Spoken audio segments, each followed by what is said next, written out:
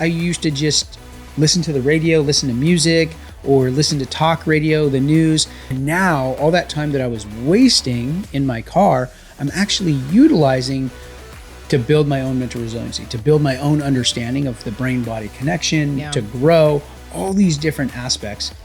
And you guys can do that too. So you've got to pay close, and you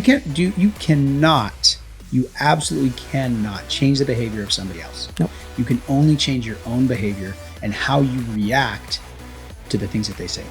So you cannot have the expectation that they're going to respond the same way that you would now that you have this information. Tone, time, place. Make sure it's the right time, make sure it's the right place, and the right tone, right?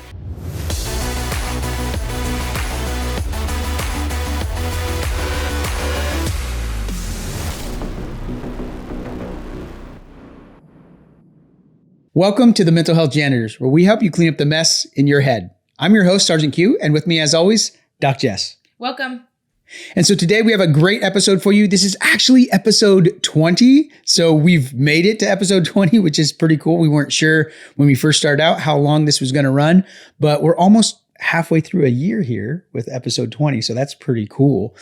So thank you guys for sticking with us. Those of you who've been here from the beginning, we really appreciate you. All of the newcomers, thanks for joining us. There's a bunch of episodes you can check out before this one. There's 19 other episodes that will help you clean up the mess in your head.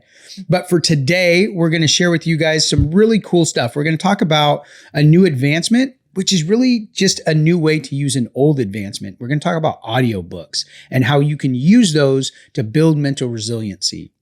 Then we're going to talk about something that's new in the media. Well, it's kind of an old adage in the media as well, but it's Will and Jada Smith. Okay, so what is going on in their life? And you may be like, I don't even care. But what they're dealing with relates to a lot of our own lives.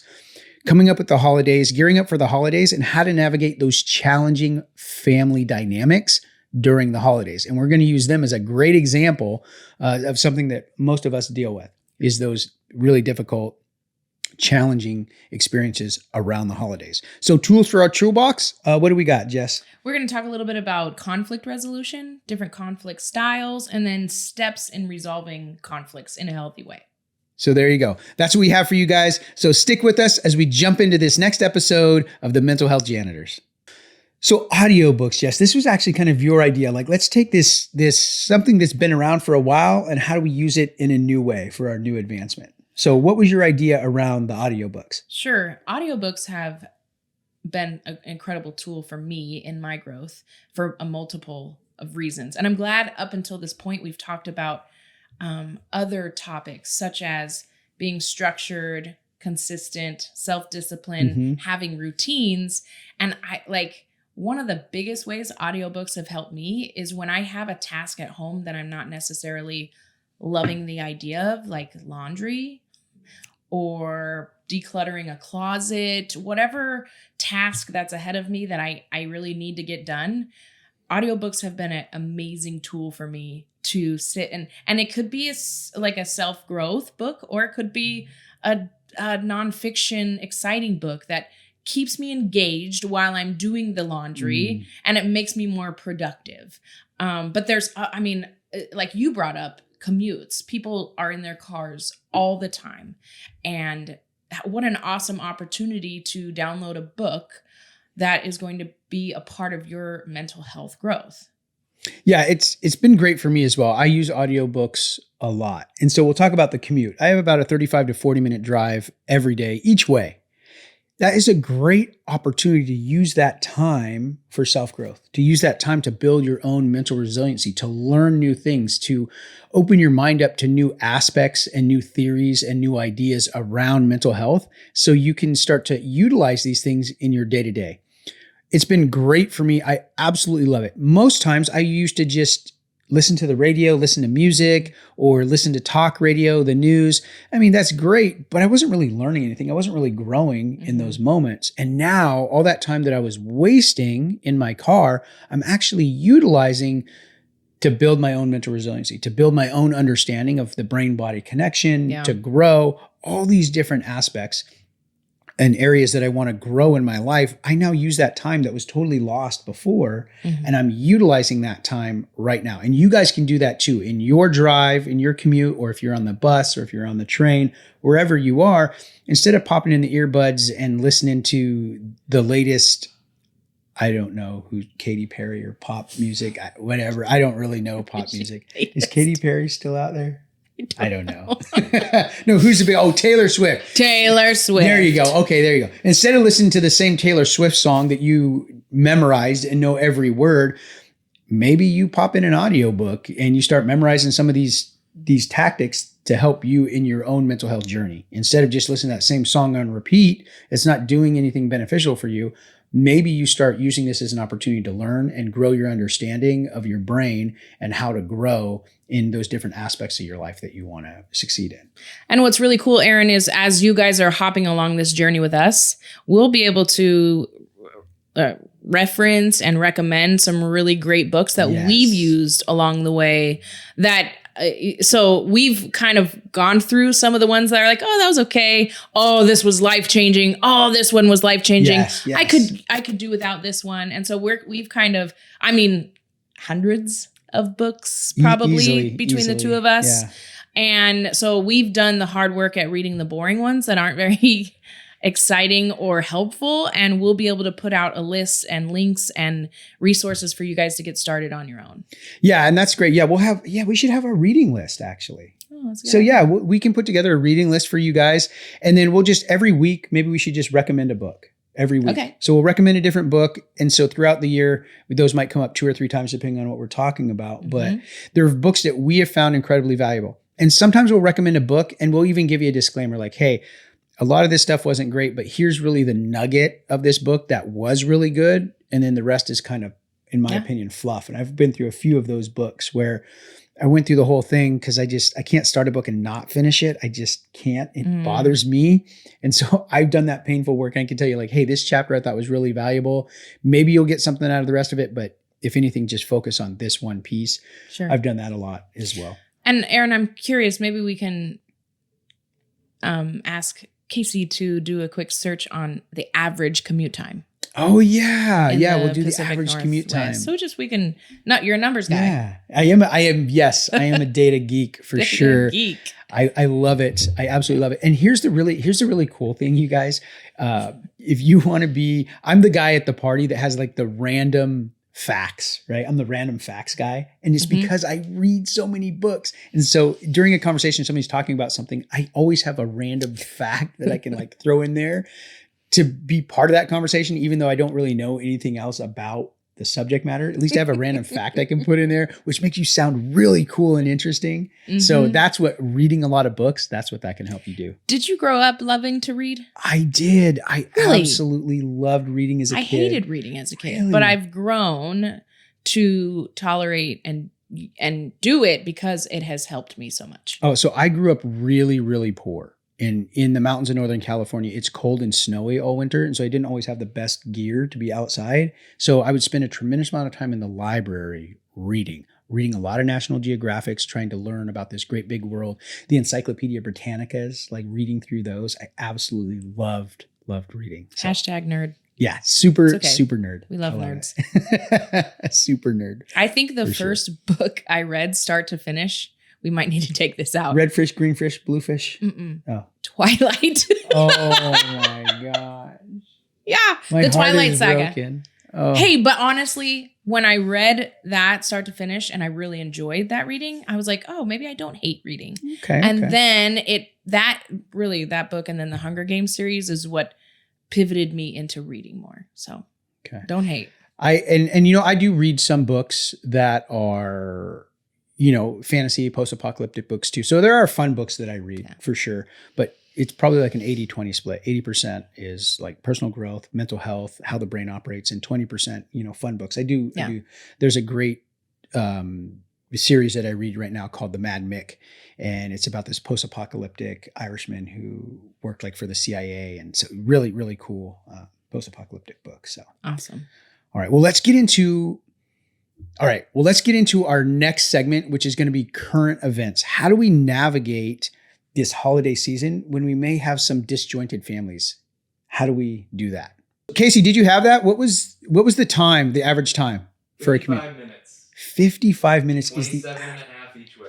27. So that's an hour worth of learning that you can get in every single day. Yeah. That is so valuable. Well, and the book that I would like to recommend this week for everything that we're going to be talking about is called Crucial Conversations: Tools for Talking When the Stakes Are High. And there's like 5 to 7 authors for this book. We'll put a link in it. It's like $13 paperback, brand new, or you can get it on your Audible account. You can even rent it from your library for free. They have a free library app that you can, and I would be interested, Casey, in knowing how many hours that book is. I will take a look. Okay, Casey, were you able to look up the hours on that audiobook? 7 hours and 45 minutes, so a little over a week, and you'd have it. Yeah. So in 7 days. So if you commute every day, Monday through Friday, a week and a half, and you'd be through the book, and you would learn a tremendous amount about how to navigate these difficult conversations, especially around the holidays, which is what we're going to get into right now in our next segment. How do you gear up for the holidays, navigating these challenging family situations? Mm-hmm. You could start right now today and get through this book before Thanksgiving. Yeah. And you'd be prepared. I couldn't recommend anything higher right now. I'll tell you, Aaron, every single client that I recommend this book to reads it, gets stuck in it, and reads it within 2 weeks and tells me literally it's changed their life. Absolutely. Yeah. Reading is so impactful. And a lot of times when I read a book, I'm like, oh, I already knew this. I just didn't see it in this way. Yeah. Or I didn't realize that I could use it in this way or this technique. It's just a different way of looking at something. That's what reading really does. Most times, sometimes it's like this aha moment, like, oh, I didn't know that. But as you begin to read more books, a lot of times it's the same information packaged in a new way that your brain's able to receive it. And then you can actually implement it a lot faster because it's not new information. It's information that you've already had. You're just going to utilize it now in a different way because it was a different author giving you a different perspective on the same stuff. The Bible says there's nothing new under the sun. Yeah. And so what I do a lot when I research the brain is I go back into the Bible and I look at scripture and I'm like, this is nothing new. This is stuff they were telling us back. The ancients were dealing with these same problems and they found solutions. And here we are, 2,000 years later, we think that we're brilliant because we found the solution. But when you look at it, it was a solution that was being utilized thousands of years ago by the ancient Jews dealing with the same dynamic problems that we're dealing with today. Yeah, think about Proverbs. I just watched Joe Rogan. He had that new country singer, the red beard, what's his name? A really great song that came out. I'll find his name, but Oliver Anthony. He came out with this really cool song, and Joe Rogan, it blew up. They had him sing it at some kind of Congress or government meeting. And then Joe Rogan brought him on his podcast, and everybody knows Joe Rogan's not religious, but Oliver Anthony hit him with a couple proverbs and he was like, this is like just wisdom. And Joe Rogan's like, that's F-bomb awesome. That's really good wisdom right there, right? Because Proverbs teaches us so much of everything science is learning about our brains and relationships and wisdom. Yeah. So I like you brought that up. Yeah, it's incredible. Like I said, going back, I read the Bible every single day. So even if you're not religious, you can still get great insight out of reading scripture because it's the Bible is the best-selling book of all time. There's tremendous amount of wisdom, and you don't have to agree with everything that's in there to start reading it. But I can tell you, the more you start to read it and start to learn, the more you're going to agree with what it's saying because it's going to start playing out in your life, and you're going to realize like, oh, this is true because I can see it happening in my own life right now today. So a lot of times people think that the Bible is outdated, but I can tell you, the more you study it, the more you read it, the more insight you're going to gain, the more wisdom that comes from it. And right there in scripture, it tells you that he who lacks wisdom, ask the Lord who gives it freely. Yeah. It's right there in scripture. It tells you that. And all of that stuff in there is just, all of that wisdom is jam-packed in scripture. So once you start reading it and studying it and seeking to understand, it's going to open up a whole new door for you when it comes to your own personal development and your place here on earth. So, all right, we'll get off that and get right into the current events, which is how to navigate into this holiday season. So we talked a little bit about the book, Crucial Conversations. So what are some other tips that you have for people going into this? Maybe they're not going to read the book yet, or they're not going to read it at all. What are some key nuggets that they can take away as they're going into this difficult season? Sure. Well, in our next, like the tool for the toolbox and the conclusion practical, we're kind of going to meld some really good. So get your journals or your pen and paper out, write some notes, or I'll put a link into my resources that you can print it out or have it on your own screen at home. And we'll get into those details. Let's talk a little bit first, if you don't mind, about the current event. Yes. So yeah.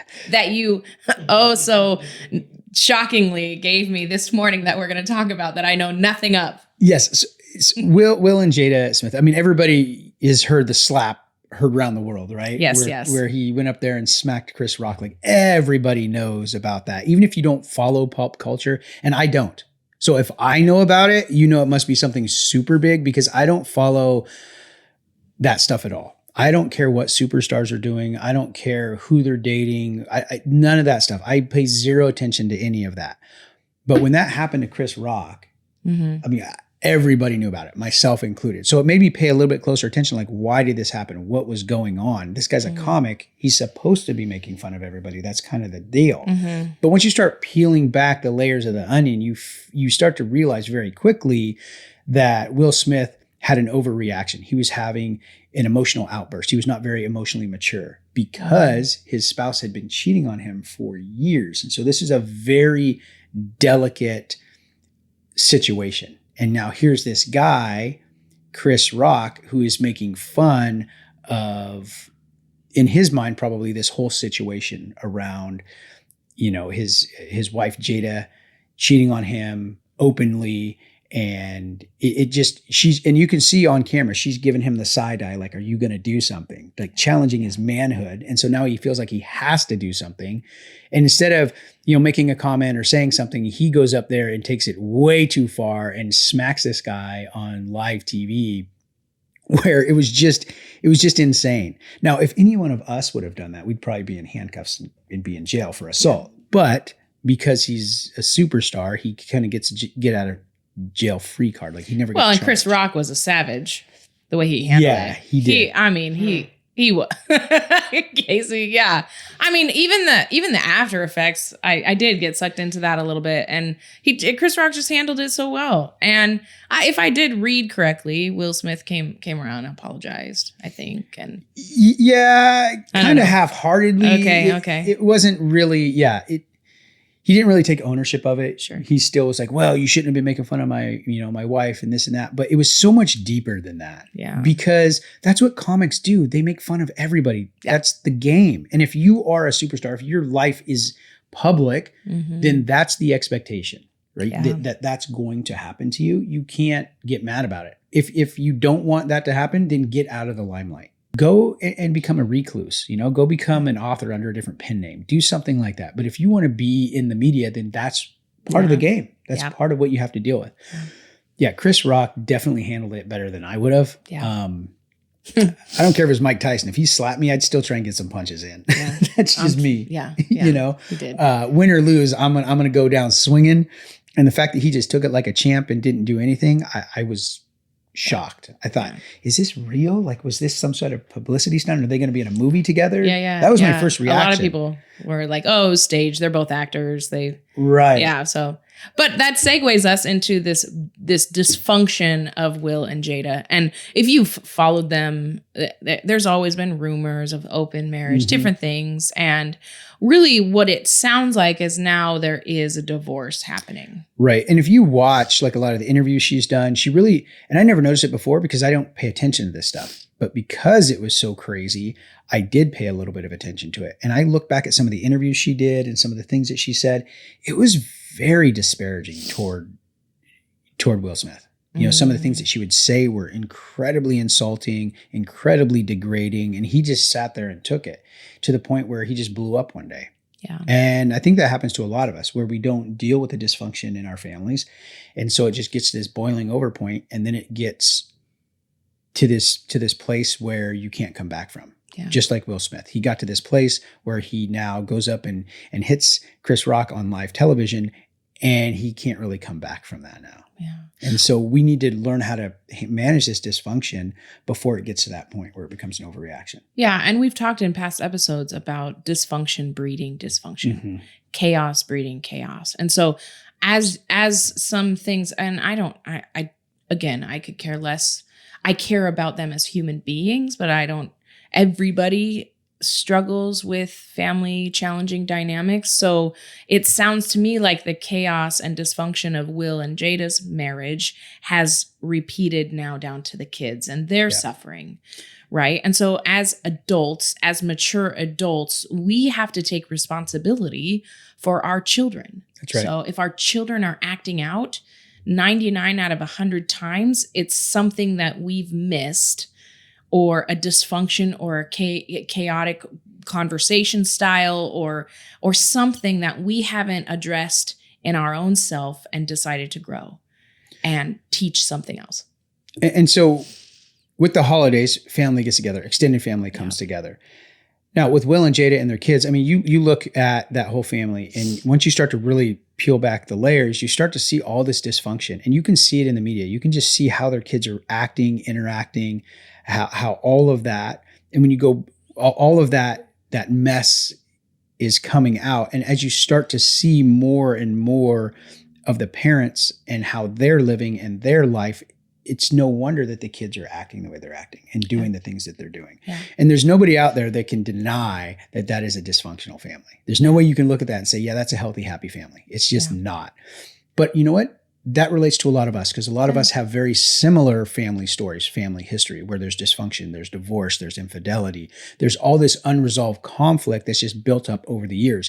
Then you bring all these people together at a family function, and a lot of times it blows up. And so think about that in your own life as you're preparing to go into this holiday season. Do you have unresolved conflict with a family member, and you're just like, oh, I don't want to go to this event because they're going to be there? Yeah. Or you're saying things like, well, when they're there, I'm going to tell them this, or I'm going to tell them off, or I'm going to call them to account. Yeah, I'm going to set this boundary. Boundaries are good, but most people's understanding of how boundaries work and healthy boundaries are completely off. And we'll table that for another podcast. But the other thing that's really important is time and place. Yes, set boundaries. But at Thanksgiving dinner, to set a boundary with your cousin or your uncle or your brother, probably not the best time to do that, right? Because now you're going to put them on the spot. They're going to not understand or know. It's going to hit them out of nowhere. They're going to feel defensive. They're going to attack you, and it's just going to blow up into something big, which is what we don't want to happen. So yes, set boundaries, set them early, set them often. But remember, time and place. At Thanksgiving dinner is probably not the best time to do that. You know, bringing them aside before that happens, before you go to that event, making that phone call. Those are all things that you can do to avoid the big, massive conflict that could happen.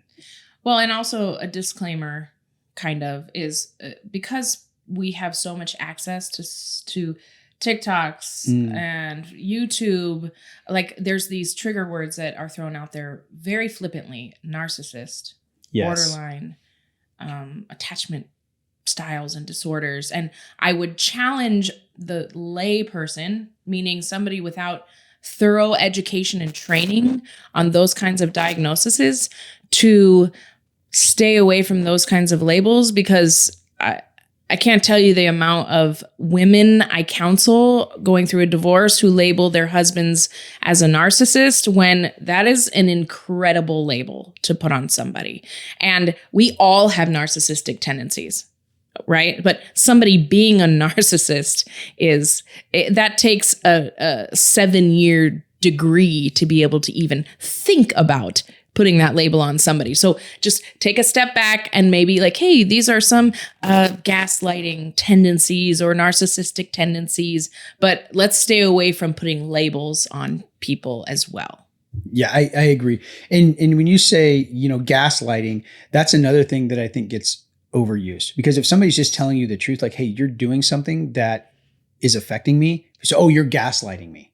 Yeah. They use that as well. So a lot of those terms get overused as a defense mechanism so that people don't have to be held accountable for what they've done. Say, oh no, you're just gaslighting me because X, Y, and Z. When in fact, they're just telling you their side of the story. I'm just jotting down other episode ideas. Yeah, gaslighting, because that huge. does happen, right? Yeah. But then you have the people who overuse that and like, oh, that's the buzzword. So that's all I have to say is, oh, they're just gaslighting me. So now I am absolved of responsibility for my action. Yeah.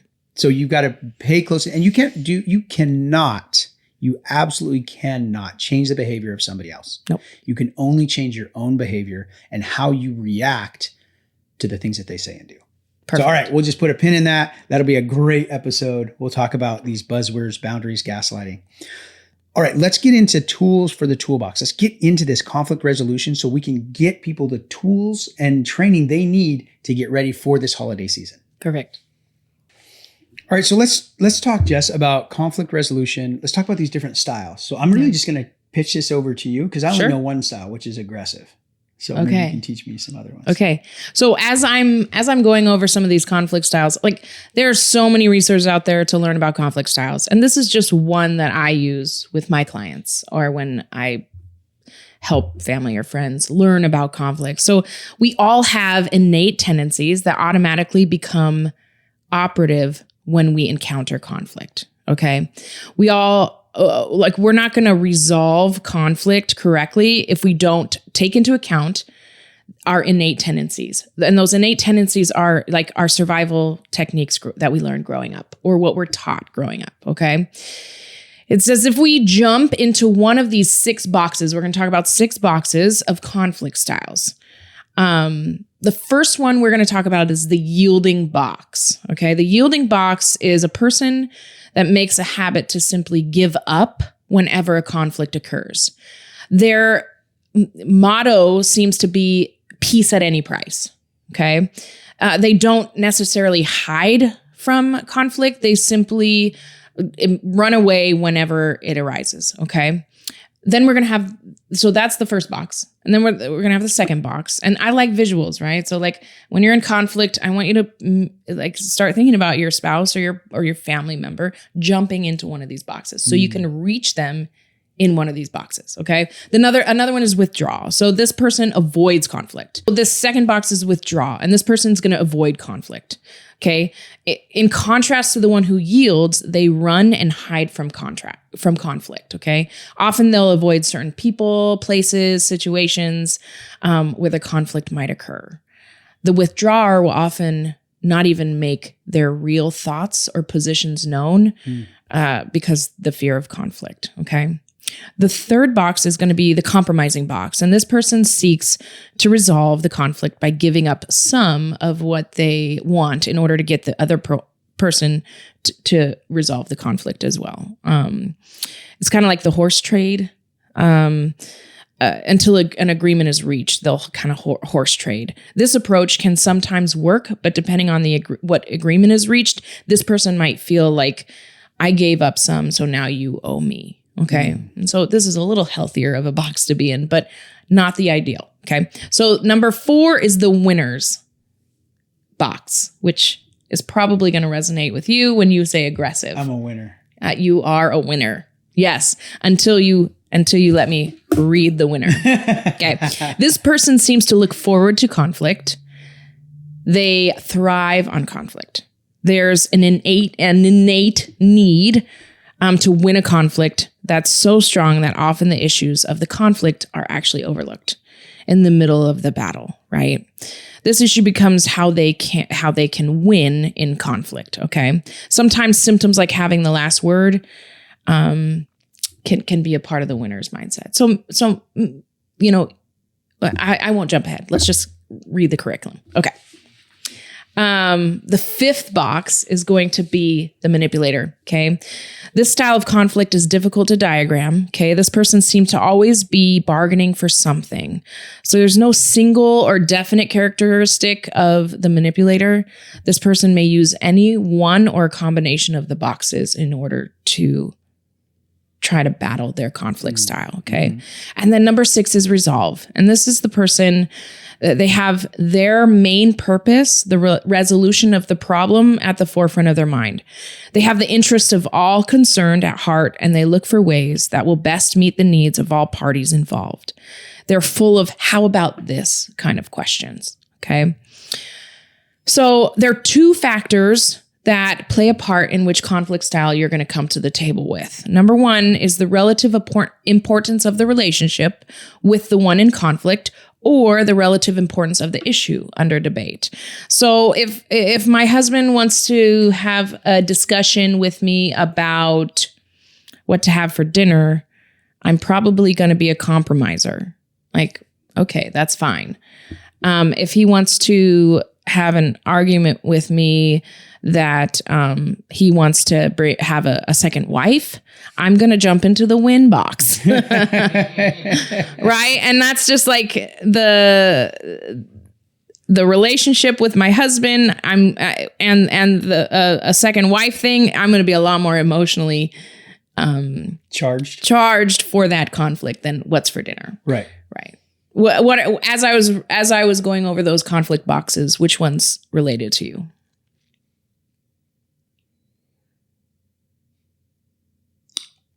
I think the withdrawal, actually, honestly, because I don't really like conflict, but if I get pigeonholed into it, then I'm going to steamroll somebody. So I try to withdraw away from conflict, away from areas that I know are going to be part of conflict. Like, I'm not going to go to that event because I know those people are going to be there. It's going to be a conflict. So I will actually avoid those things because I know if I get pinned into that I will win at all costs.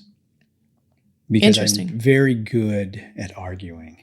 Yeah. And so, because I speak very logically, I don't want to say I don't understand emotions, because I understand them. I just don't get caught up in the emotion of the argument most times. I'm very logical. But when you hit people with facts instead of feelings, they don't know how to handle that. And so a lot of them will melt down. So I try to withdraw. And as you were reading through it, I was like, I actually resonate a lot with the withdrawal. Like, I don't want to be part of conflict. I want to stay away from it, because I know if I get into that situation, then I will win. Yeah. Well, and that's when you said aggressive, in the back of my mind was like, I think this will be interesting when we read this, because I don't think you jump into the win box. No, I try to stay most of the time. Yeah. I try to stay away from those things, because the more I win, the more people I lose. And so that's what I look at. If I take a hard stance on something, now there are some things I will take a hard stance on. Yeah, sure. But if I do that all the time, then I really, really narrow my sphere of influence. Yeah. So I try to stay out of that segment for sure. Yeah. Well, and in our next segment, the practical part, we'll talk about steps in resolving conflict, so you can win without losing people, unless they're people that need to be lost. Right. Yeah. Right. So that's really good. A lot of people don't believe this about me, but I am a yield and withdrawer of like, that's my innate nature, right? That those coping mechanisms I had from childhood, and I've had to learn to be more assertive in addressing conflict, because the withdrawer and the yielder don't help in building relationships either. They're just as destructive as a win mentality. So even though the win box looks a lot more mean and aggressive and dysfunctional, they're all actually incredibly dysfunctional if our end goal is to build the relationship that we're in conflict with, if that makes sense. It does. And so for me, I would say my default is the win, but I've worked really hard not to. So I withdraw. I avoid now because I know that the win is not healthy, but it sounds like the withdrawal is not healthy either. It's not. Yeah. Because at the end of the day, we all have needs. And so if we're constantly withdrawing in relationships, those needs and that nurturing isn't being met, and subconsciously resentment and bitterness is building, whether we want to admit it or not. Right. And one of the things that you have to realize is, just because you're on this journey of self-discovery and self-improvement doesn't mean everybody else is. Yeah. So you cannot have the expectation that they are going to respond the same way that you would now that you have this information. Okay, they've got to find this information. Exactly. And it takes us back to those boundaries Mhm. and how you said you cannot change other people's behavior. No. You can only control your responses and your reactions. But I will tell you, the more you learn about these things and the more you grow, people start noticing, and even your close relationships will begin to follow suit. Right. They in a lot of circumstances, not all, but in a lot. All right, well, let's get into the practical application. Okay. All right, resolving conflict. So tell us, we already know what we're doing wrong, what's Mhm. destructive. So tell us, what do we do that's right? How do we make this better? How do we resolve conflict to where both parties walk away feeling that they've been engaged, they've been heard, and there's been some sort of resolution that's been reached? Yeah. I think the first thing to know is that recognize that conflict's going to occur. Mm-hmm. For the yielder and the withdrawer and the winner and manipulator, all of them, you have to just notice that in any relationship that is worth value, conflict is going to arise. And so just getting rid of that expectation because you hate conflict, I don't care how much we hate something, it's still a part of our lives. And there is good conflict, and we'll talk about that. So the first, after we realize and recognize conflict is going to occur, we're going to want to first select the most appropriate time and place to discuss it. You kind of gave us a forewarning of that earlier, right? That's right. And somebody very wise, Pastor Matt, taught me tone, time, place. Make sure it's the right time, make sure it's the right place, and the right tone, right? My husband and I were years ago working out together, and he, for some reason, thought I wasn't working hard enough because we were in this cycling class, right? And I wanted to put my headphones in and watch this really intense show. I think it was 24. Because in the intense moments, I push myself harder. And he, for some reason, thought I wasn't pushing myself hard enough because I wasn't going with the class. And so he just got, during the class, we've talked about this and resolved it. This was probably 8 years ago. And he got so angry and emotionally charged that in the gym, he's like, you don't care about your health and all this stuff. And so that might not have been the right time, tone, or place, sweetheart. And as we go down this list, and I not to put it on him, I do it all the time too, in lots of my relationships, right? We get emotionally charged and we think, oh, I'm going to stand up for myself. Yeah. And it doesn't usually end up the way we want. So we're going to select the most appropriate time and place to discuss it. Okay. Then we're going to talk about, we talked last week about I statements. And so this is going to be in steps in resolving conflict. Those I statements, if you want to go back and watch that from episode 19, you're welcome to do that. And we're going to give you some more tools here today in resolving conflict. It's going to be defining the problem. Okay. So be specific when defining what the problem is. You may even choose to write it out. I don't know if you've ever done that. I've done that many times in my life, and I've needed to write it 5 or 6 or 7 or 10 times to get the emotion out each time, right? When you define the problem, be sure to consider and include both you and your partner's or other person's behavior and contribution to the problem, right? So this is a good idea of how to bring it up. It's called the XYZ PSR rule. So X would say, I feel, and then we're going to describe the negative feeling. Y is when you, and you're going to describe the behavior that annoys you. Z is describe the setting, if possible, and or appropriate. Okay. And then you're going to continue on to PSR. So P is, could you please? And this is going to be asking for an increased behavior instead of a decreased behavior. Oh, okay. And we can maybe do some role play. So in my brain, I'm thinking, why is that important? Why is the positive, accentuate the positive and not the negative important? Well, and we'll get into that. Oh, okay. Yeah. I'm too soon. Okay. Too soon. S is going to be specifics. So be specific when describing the new behavior that you want to see increased. And R, request the change in a gentle and warm voice and tone. Okay.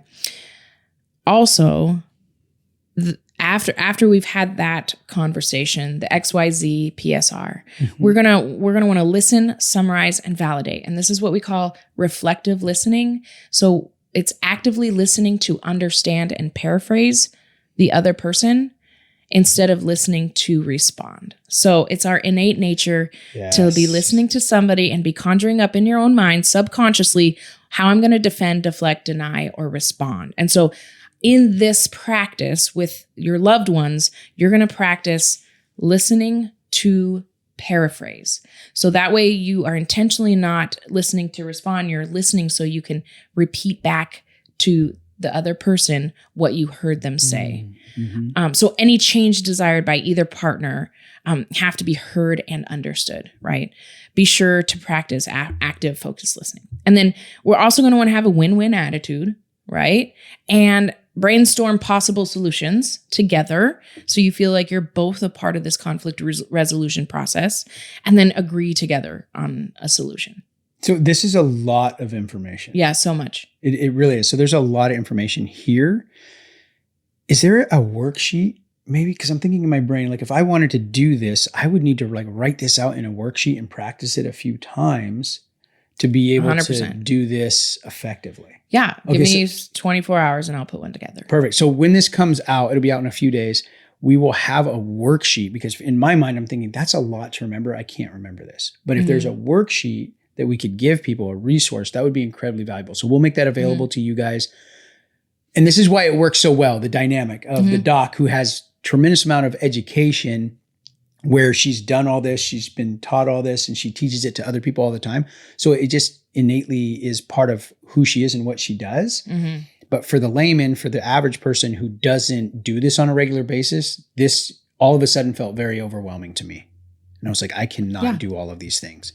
That's good feedback. So we will build a worksheet out for you guys that will walk you through this, where you could write it out, fill in the blank worksheet, and it'll tell you, I'm thinking just in my brain right now, this is the X, this is what the statement is, and this is the why, what you're trying to get across right here. And we'll do that for each one of these sections. So you can literally, for me, I would have to write this out and practice it a few times. And honestly, I might have to sit with my wife or my friend or whoever and be like, hey man, I had to write this down because I'm not good at this, but I'm just going to try and go through this really quick and see how effective this is. So they understand what I'm trying to do. Well, and what a reasonable, loving relationship person wouldn't just be thankful that you're even putting the effort in to be That's a right. healthier communicator, That's right? right. And if you are, I'm challenging you all out there that if you would push back on somebody you care about for doing something like this, come see me for counseling. Yes, please. Okay. Because so I'm looking at this. I want to learn this. This is something that's actually new to me. This right here, what she's going to go through. I read a lot. I know a lot of different techniques and things like this, but this is something that is new to me. And I already, in just a few minutes of you explaining it, it's like, I need to know how to do this well. So I want to practice it. So the worksheet that we're going to build, it's not just for you. It's literally for me as well, because I want to become really good at this right here. well, and it's good, really good for me because I take a lot of my couples and family counseling through this, and we go over this and talk about it a little bit, and they take it home so they can review it at home, and it's still overwhelming. Yes. So a worksheet is going to be incredibly beneficial for you, our audience, and my clients. Yeah, perfect. So cool. So we're literally finding solutions right here in the moment. This is an organic moment that just happened that you guys get to bear witness to. And this is one of the really cool gems that happen in this dynamic between the professional and the layman right here, where we can have these conversations, where we can take these big concepts that feel overwhelming, because I was feeling overwhelmed halfway through that thing. And I was like, can I just do 3 points? Because 6 is a lot. By the time we got with 6, I was like, I can't do this. I need a better solution. And so the solution is the same. It's just the way we execute the solution that will make it easier. And you guys just watch that organically happen right here. That's the benefit of you and I working together. 50% of Americans say that they or a loved one have suffered from mental health crisis. Together, we can change all that. Introducing QActual, a revolutionary new peer-to-peer based mobile application. Personalized to fit your lifestyle, with pinpoint GPS location in times of emergency. Connecting you to your care provider. With QActual, we will move you forward. Download QActual now and visit QActual.com. offline, Aaron and I were talking about some potential situations that I hear a lot in counseling sessions over the last 10 years, even when I was just a lay counseling person, and even in my own marriage with my husband, he feels dismissed in certain scenarios as well. And so what we'll talk in general for this example will be maybe a husband feeling dismissed for maybe if we have this scenario of him being the main worker, The breadwinner, yeah. the breadwinner, and coming home, and the stay-at-home mom and wife who has an incredible job and responsibility as well. We're not negating that or downplaying that, but a lot of times they're so exhausted during the day too. They're like, okay, here's the kids, and nothing's been prepared for him. He needs a few minutes, right? And so he could blow up because if he's a withdrawer or a yielder or a compromiser, he's stuffing his, and he, like a lot of men want to serve their wife and they know what they've been doing at home is hard work, and they want to honor their wife for that, right? And so they're pushing down these feelings of like, I could just use 30 minutes when I get home to decompress from my day so I can come to my family with my best. Okay. But this is what it looks like when it's dysfunctional.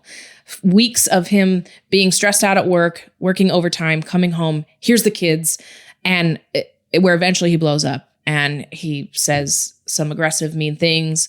He might say, he might hyper focus on spending money. What are you out doing during the day? Why isn't dinner ready? All these things that are surface level problems that he's bringing to the table with that emotional drive that isn't really the basis of I'm feeling dismissed or disrespected. Okay. Right. So it could look something like this. Honey, I am learning a new way of communicating and trying to work through conflict. I've printed out this worksheet. And so please bear with me as I'm learning this new way of communicating. I want to be my best for you and the kids on a daily basis.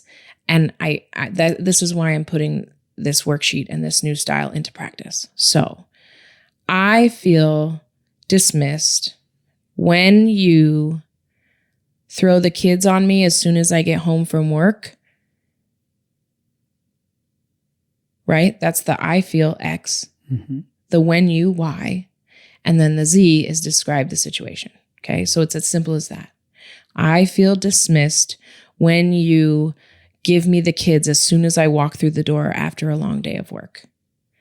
Could you please give me 30 minutes when I come home to decompress a little bit from my day? So we're going to be specific when describing the new behavior. Like, could you please give me 30 minutes in my office or on my treadmill or in the hot tub, whatever that 30 minutes you want to spend doing to decompress, and then request the change in a gentle and warm voice, right? So at the end, you could also add, because I feel like if I were able to do that, I could come to you and the family with my best self. Does that make sense? It does. It does. Okay. And with a worksheet, that could be easier? I think so. Yes. Awesome. I mean, hearing you say it, like go through the scenario, it took a lot of that overwhelming feeling away. Okay, good. But I still think the worksheet would be really valuable. For sure. Because I wouldn't want to get into this and miss something or say it wrong or do it wrong. So we will work on building a worksheet that will help you guys build this out. So that way you can utilize it. And maybe you're good. Maybe you can memorize this and you won't need to use the worksheet. No. But for me, I know I'm going to have to use the worksheet. Awesome. I look forward to putting the worksheet together. Yeah. And having you audit it. I will audit it to make sure that we take all the psychobabble speech. Psychobabble. and make it into common language that we can all understand. I feel dismissed when you say I psychobabble. Could you please? Is that the proper nomenclature? Could you please give me more money?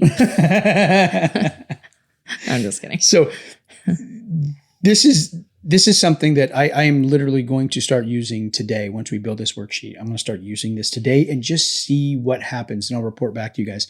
I'm not going to tell my wife. I'm going to try and memorize Let's bring this. her in and see if she noticed a difference. Yeah. So we'll do it in a couple weeks and we'll Okay. see if she notices Okay. this. And then you guys will get to see what she thinks. Awesome. Okay, so that's what we have for the Mental Health Janitors. Today, we have talked about audiobooks and how you can use that on your commute to build mental resiliency. We've also talked about how can you manage conflict around the holiday season. We've showed you some incredible insight into the different communication styles when it comes to managing conflict, some negative ones and some positive ones. And we're going to build a worksheet just for you guys, because at the end of the day, we want to educate, empower, and encourage you on your mental health journey. So for the Mental Health Janitors, I'm Sergeant Q. I'm Doc Jess, and we're out.